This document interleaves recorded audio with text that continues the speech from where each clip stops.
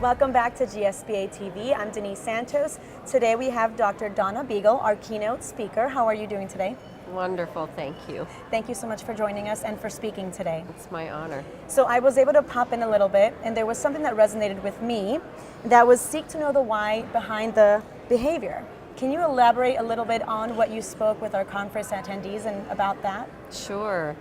So the issue of poverty, it's the big elephant in the room. And what I learned was that people were getting their information from three primary sources. Maybe they had a life experience of poverty, but even if you've had a life experience of poverty, if you haven't studied it, it's really hard to understand that your working class experience is different from your generational poverty, or it's different from immigrant poverty or situational poverty. There's so many different life experiences of poverty. So the second source was knowing somebody who lived poverty. And the biggest source of all for educating people about poverty, I learned, was the media. And so what you find are incredible stereotypes, like they're getting rich off welfare, they're having babies to get welfare, they like being homeless.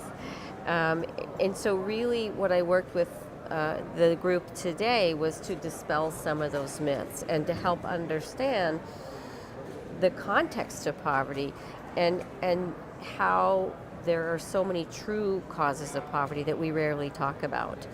Affordable housing, living wage jobs, transportation to get people where they need to be when they need to be there.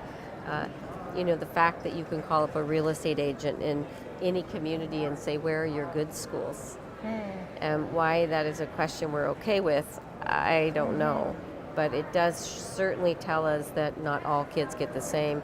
Neither did their parents, neither did their parents, so that we can begin to understand those complexities of poverty and as leaders really take a stand in building a structure in the community for people to align and really begin whittling away at those barriers that poverty presents.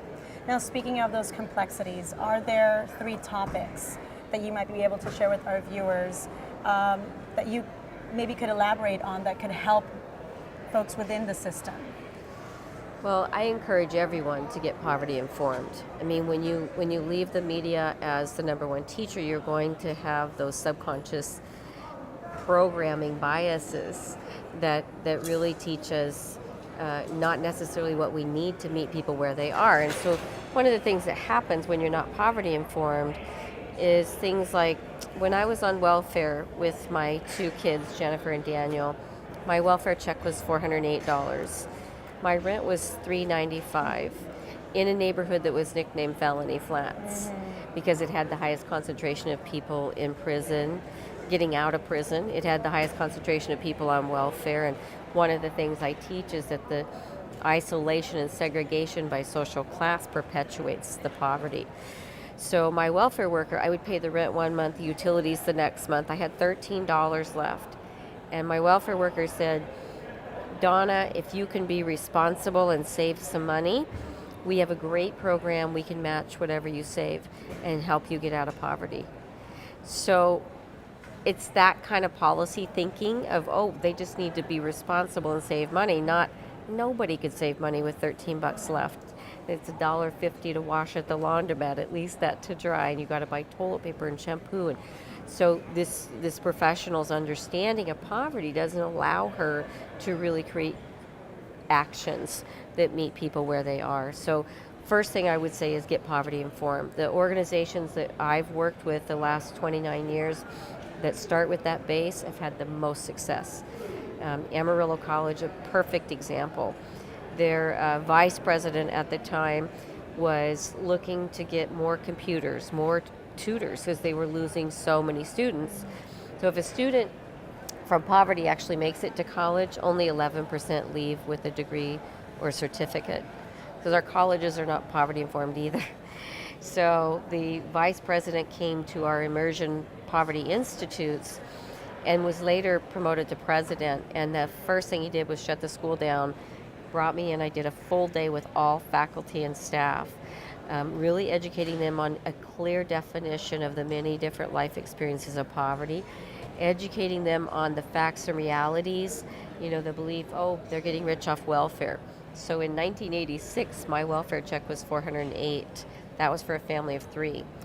The average welfare check today for a family of 3 is 478.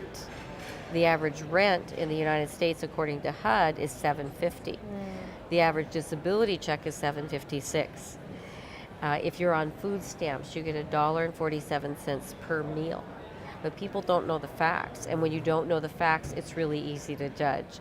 So getting that embedded poverty coaches in the organizations, what Amarillo College did. They have 70 Beagle certified embedded poverty coaches, including the president. And their results are amazing. The first year they doubled retention of students on Pell Grants.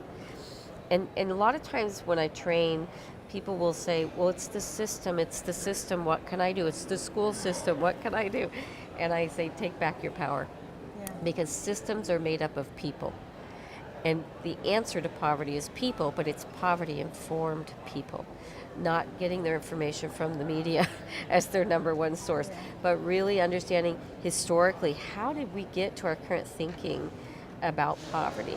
And how does that affect how we react to parents, to kids, to families in the community?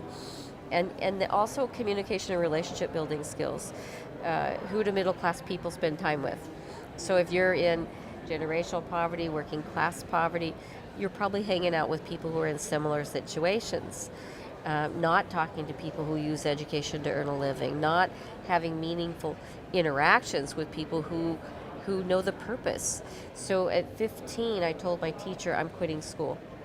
And she said, you need to stay in school because one day you're going to want a job. And I teach, my master's is communication, my doctorate's educational leadership. So in communication theory, we learn that meanings are in people. Words are symbols, they don't have any meaning.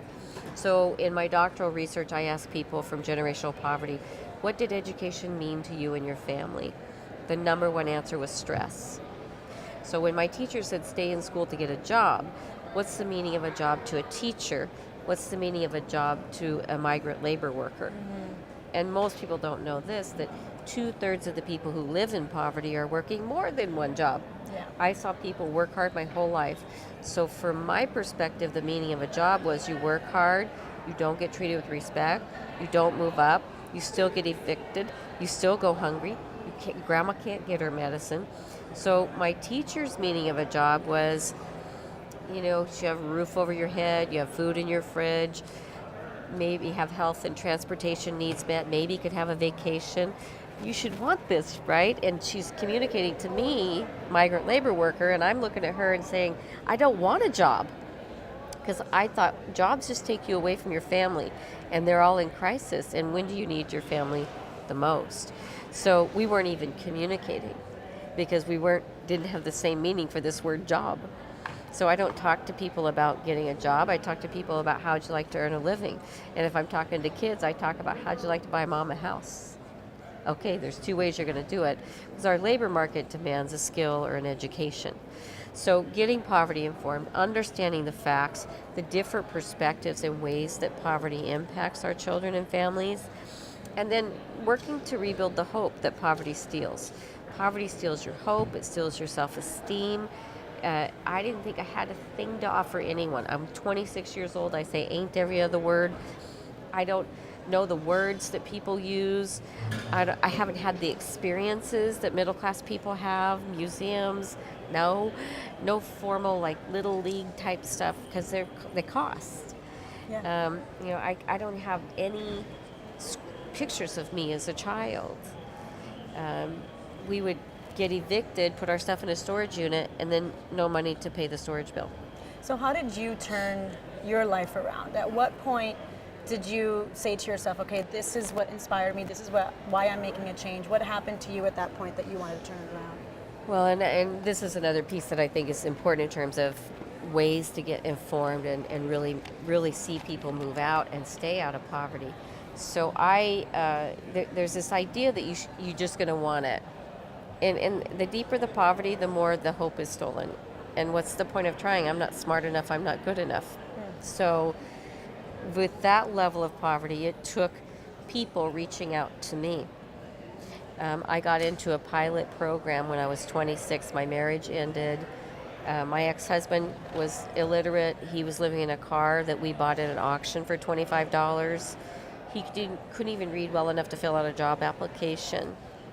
And that's another thing. In America, there's few, if any, programs for men in poverty. We act like their maleness will get them out Right. in a It's labor market that expectations that they're demands a supposed to, skill yeah. or education. So I had an eviction notice. I had my water was shut off. I went to a community action, and they said, we can help you get your water turned on, and might want to check out this new pilot program that's starting up. And one of the things I teach is that pilot programs have nearly 100% success rate, and there's reasons for that. One, they meet people where they are. So, for example, if you're doing a pilot project and your participants don't show up, you go get them. Failures, you're like NASA. Failure's not an option, because if your participants, you lose them in the pilot. So there's this real commitment to go, oh, you needed childcare, or you needed transportation, or you needed some mental health care, whatever. The second thing is they do a comprehensive approach with pilots. So you sit down and you say, who do we need? We're going to need childcare, we're going to need transportation, and you build all those pieces in. So pilot programs have nearly 100% success rate. The pilot program I was in, everyone in that first group, we got housing. I'm the first ever in the history of my family to get help with housing. Nationally, there's a 10-year wait list with help for housing. Most people don't know that. But I got in. Now, group 2, there was no housing available. So people were like, you got housing? Your mom watched your kids? Your brother fixed your clutch? You know, those are my privileges. Yeah. And the 4 people running the pilot program became very significant mentors. And in my doctoral research with students from generational poverty who were able to achieve a bachelor's degree, mentoring was the number one variable. So, because I do communication and meetings or in people, I wanted to know, what are you talking about? Because you talk to 10 people about what is a mentor, they'll tell you 10 different things. So I went into my data and I found 4 characteristics for effectively mentoring students to education success. Number 1, someone who was educated believed in me. That's key. My mom believed in me. She would say, you can write them their Harlequin romances you really wanted to. It's like, that's really nice, Mom, but what if a teacher said that to me? It's a different impacting message. So someone who's educated believed in me. Someone taught me I wasn't stupid, that I already knew some things, which brings back the hope. Number 3, someone didn't judge me. They understood that whatever I was doing was what I needed to be doing in my context of poverty, and gave me tools so that I didn't have to live in that war zone. And number 4, they connected me to other people who helped me in other areas, be it math or housing or childcare. So the mentors were connecting them to a broader network of support, building their address books. So you had a pretty wonderful support system that did have that expectation that you could succeed. Well, and not in education though. In my family, nobody got educated, because education was for those people, not people like us. So it took those 4 middle class people who had benefited from education taking the time to get to know me, to show me that they did things like, what kinds of things have you done, Donna? I ain't done nothing. You take care of your kids? Yeah, well, you've done daycare. You, when you have money, you manage it? I thought that was a trick question. I'm like, yeah, well, you could do an account. And then they had me write down everything I did in one day. And I was homeless. I did get evicted and was homeless with my kids at that point. And my list was pretty long. They said, if you pick up a shoe, you do it, whatever, write it down. And they had these professional job titles, the skills needed to do them, and the pay. And they started circling things that I thought were nothing in my just survival zone. And the same skills were used over here. And I got taller every day. Because what they were giving me back was hope. Yeah. And hope is the wings for grabbing an education. So it was like, I wrote in my diary, I'm going to try to get that GED they've been talking about, then maybe I'll be somebody. Because poverty teaches you you're not. And so from there, it was really a matter of these 4 women taking me to the community college, introducing me to the financial aid person who she was a mom with 2 kids, so a little bit of rapport, and she talks to me and I'm eligible, and they're walking me through all the steps, in essence navigating. So all of the components that I've just shared, those are in our opportunity community model, which is a community-wide effort to really address the complexities of poverty. People often say, what was the one thing that changed your life? And I say, wouldn't it be cool if you could say, one thing. yeah, no, it's complex, which is why you need the housing folks involved. You need the health folks involved. You've surrounded yourself with a team of... You need the business people involved. You need every sector of our community poverty informed and sharing, this is what we can do. And my newest book is If Not Me, Then Who? Empowering Our Neighbors, because each of us has something we can offer. Some people want to be directly involved. Some people would rather just help out on the policy end or the fundraising, but everybody has something that they can do to eradicate poverty barriers. So we did the opportunity community model in Michigan, and we had some people who said, I really don't want to give my number to a neighbor in poverty, but if there's some obstacle in their way, shoot me an email and I'll help. They started with 14 people on that list and serve. It's now over 5,000. And the navigator neighbor engagement coordinator tells me if somebody has an obstacle, they put out an email and usually it's less than 2 minutes. And it could be everything from they need steel-toed boots to take a job, or they need money for a GED fee, or they need a mentor, or they need to know how to fill out a form. So it's really about getting the entire community aligned to say poverty's not okay here. Now, are there maybe your website or links available that you could share where your books are, where maybe educators or leaders could reach out to you for some mentoring themselves for their community? Anything you can share with us? Sure. Well, my company's communication across barriers. So the website is combarriers.com. So COMBARRIERS.com. Okay. So if you go to the website, you'll learn about, we do immersion poverty institutes. It's 2 days, and people say they don't leave the same people they come. It is actually walking the walk of people. You're going to go out, like I was sharing in the training this morning, I gave a superintendent a felony and 5 kids, and he had to go find a place to live on $1,300 a month, and he came back livid. I gave a superintendent her mom, made her mom be 5 hours away. Her mom's dying, and she has no money to get there, so she has to go to a pawn shop. So she went to a pawn shop, and she had to try to pawn something and ask him, what would you give me? How much would it cost me to get it back in 30 days? So she said after, in the debrief, she said, Donna, I think this activity is going to cause me to get a divorce. And I'm like, what? She said, Donna, I thought, well, I'll use my wedding rings. And I gave the guy my wedding ring, and I've been happily married 12 years, and he told me my rings weren't real. She said he offered her $35. Of course, they were real, and so we were able to have dialogue about your mom's dying, and that's the only way you're going to get a bus ticket. Would you take it?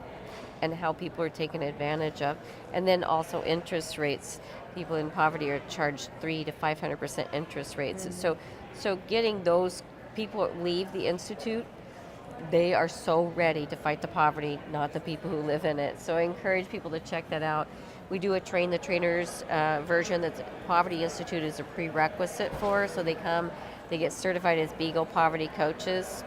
I think I mentioned Amarillo College has 70 of those in their organization. That's the most we have in any one. That's wonderful. I recommend a minimum of 3. Okay. Because we find for systemic change is hard. Yes. If it were easy, Martin Luther King would have done it. Especially if it was so established. And yeah, absolutely. So, but if you get 3 people from different levels of the organization certified, so you have check and balance kind of going on, we see 3 people coming back and saying, this is why we need to do things different. This is why we need to look at this policy. This is why we need to look at this practice.